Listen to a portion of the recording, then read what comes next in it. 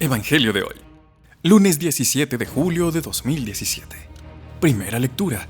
Lectura del libro del Éxodo. En aquellos días subió al trono en Egipto un faraón nuevo que no había conocido a José, y dijo a su pueblo: «Mirad, el pueblo de Israel está siendo más numeroso y fuerte que nosotros. Vamos a vencerlo con astucia, pues si no, cuando se declare la guerra, se aliará con el enemigo, nos atacará y después se marchará de nuestra tierra». Así pues nombraron capataces que los oprimieron con cargas en la construcción de las ciudades granero, Pitón y Ramsés. Pero cuanto más los oprimían, ellos crecían y se propagaban más. Hartos de los israelitas, los egipcios les impusieron trabajos crueles y les amargaron la vida con dura esclavitud. El trabajo del barro, de los ladrillos y toda clase de trabajos del campo. Les imponían trabajos crueles. Entonces el faraón ordenó a toda su gente: «Cuando nazca un niño, echadlo al Nilo. Si es niña, dejadla con vida». Palabra de Dios. Te alabamos, Señor.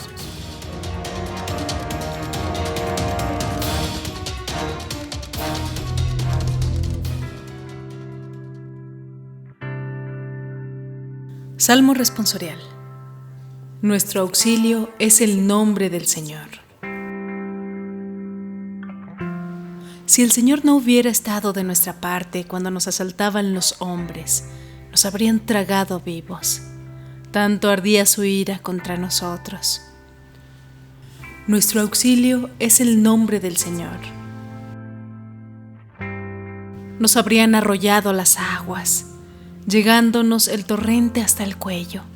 Nos habrían llegado hasta el cuello las aguas espumantes. Bendito sea el Señor que no nos entregó en presa a sus dientes.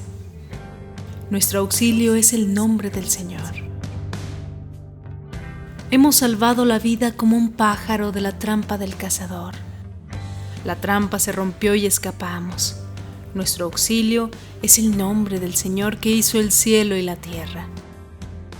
Nuestro auxilio es el nombre del Señor.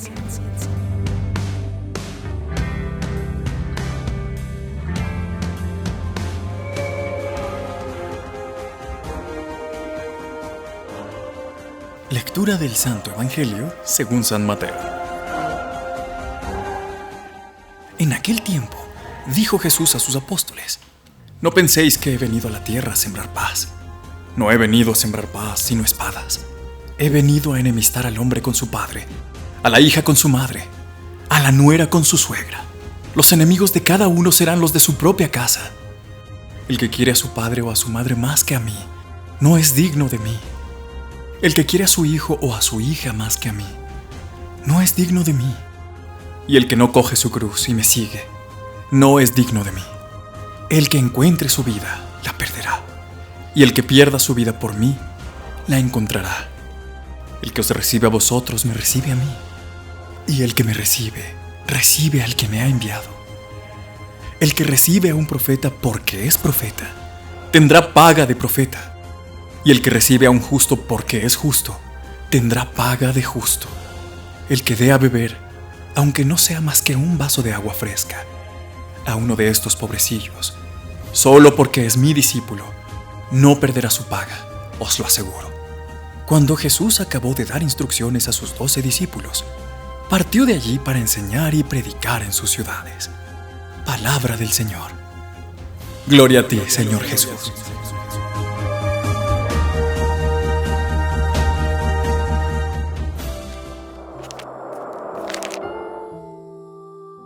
Querida y amada comunidad, comenzamos hoy la lectura del libro del Éxodo en el año 1 del calendario litúrgico.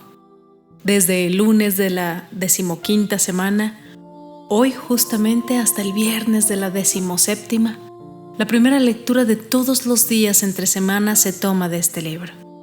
Así pues, 3 semanas completas con la lectura del libro del Éxodo. En la lectura de hoy, un nuevo faraón había llegado al trono de Egipto, uno del que nunca había oído hablar José.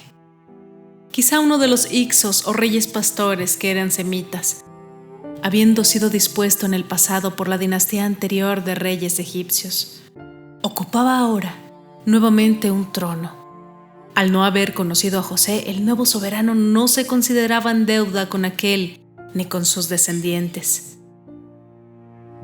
El versículo 8 nos enseña una lección muy importante, y es que tenemos una gran responsabilidad de enseñar la palabra de Dios a cada generación, especialmente a los niños. Si se descuida esta enseñanza, llegará un tiempo en que la Biblia será olvidada. El nuevo faraón no había oído hablar de José. Y es que el caso de este pasaje bíblico es que surgió una generación que ignoraba el nombre de José.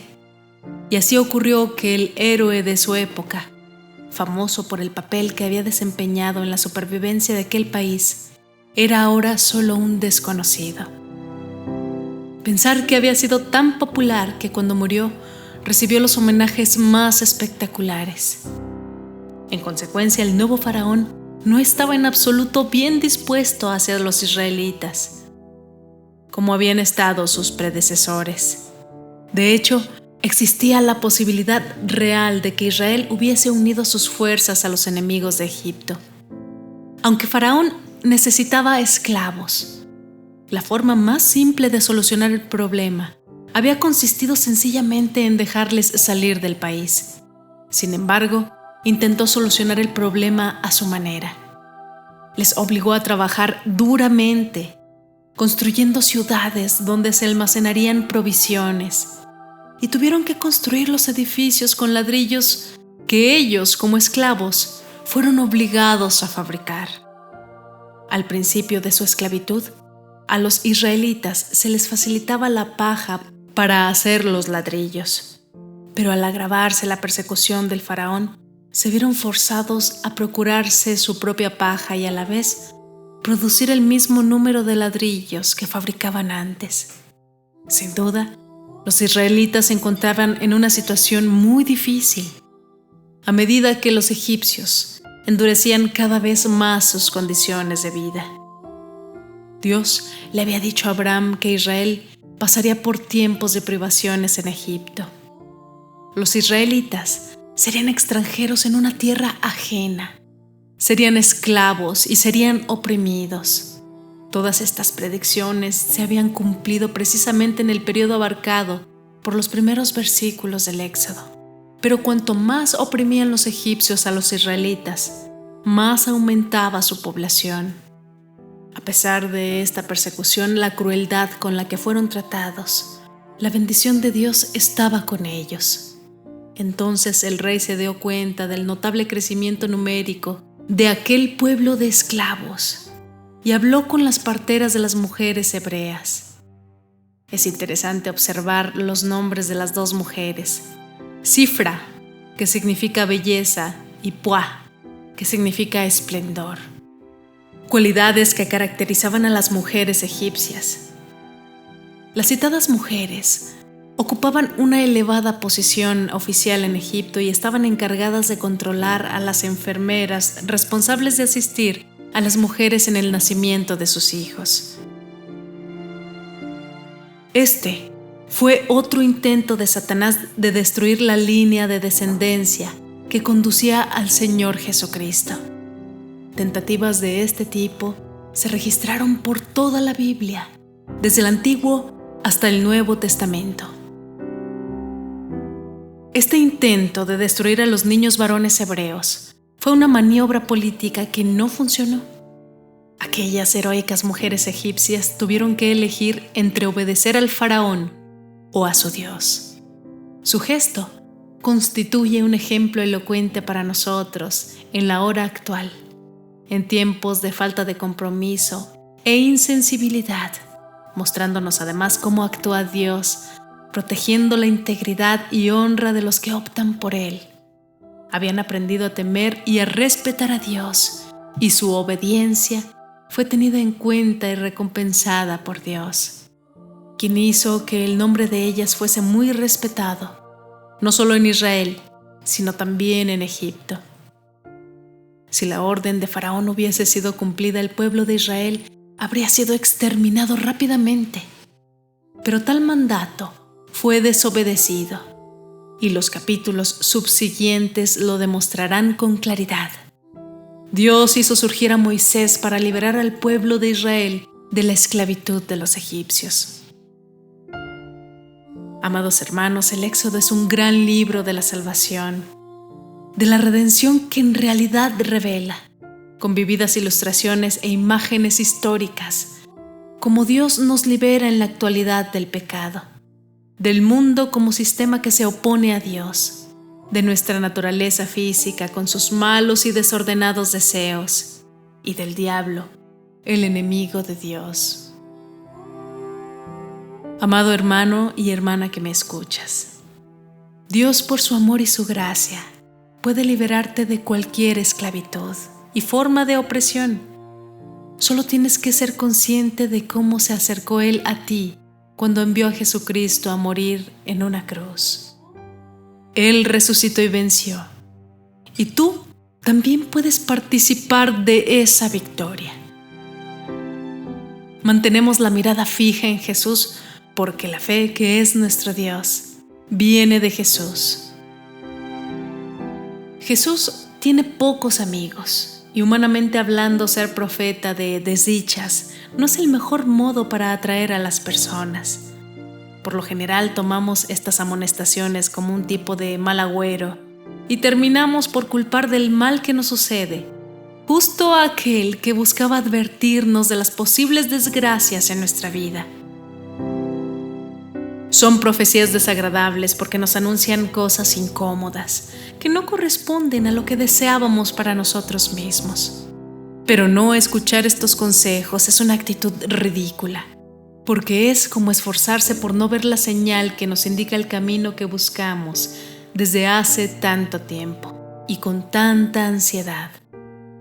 A lo mejor también nosotros escapamos de las advertencias de Dios, o como los niños caprichosos, después del regaño del papá decimos: «Está bien, discúlpame, haré lo que me has dicho», y luego nos comportamos a nuestro modo. Pero cuando repetimos por enésima vez el mismo error, somos nosotros los que sufrimos las consecuencias de nuestra tosudez. El mensaje de Jesús, cuando es aceptado en su totalidad, cambia la mentalidad del mundo, porque solo Cristo es el que puede donarnos la verdadera felicidad sobre esta tierra. Es así como estas duras palabras de Jesús solo pueden ser entendidas a la luz de nuestra experiencia de vida. Las veces que tenemos que enfrentar las opciones dramáticas de las que habla Jesús, nosotros sabemos que hay momentos en que duras opciones necesitan ser tomadas. Momentos cuando empuñamos la espada de la división o la separación. ¿Quiero yo salvar mi vida o perderla? ¿Estoy listo para perderla o me agarro a ella por miedo a perderla? Esta es quizá la condición básica para el discipulado. Y no hay obediencia moralista o perfecta, o ninguna ley o sistema de leyes que lo reemplace. Pedimos insistentemente por la gracia de la libertad interior real y por el coraje de ser fieles a nosotros mismos y a nuestro llamado.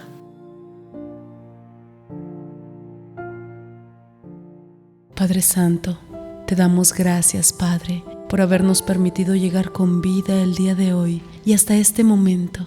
Te damos gracias por el pan de cada día. Te pedimos, Padre, que con este evangelio y el de todos los días nos permitas renacer como personas, como seres incorruptibles. Ayuda a todas las personas del mundo que en este momento elevan sus peticiones personales hacia ti. Oremos también para que nuestras súplicas lleguen a Él, para que su bendición cubra completamente nuestras vidas. Él nos ha prometido que si guardamos sus mandamientos, nos bendecirá y nos protegerá siempre. Amén.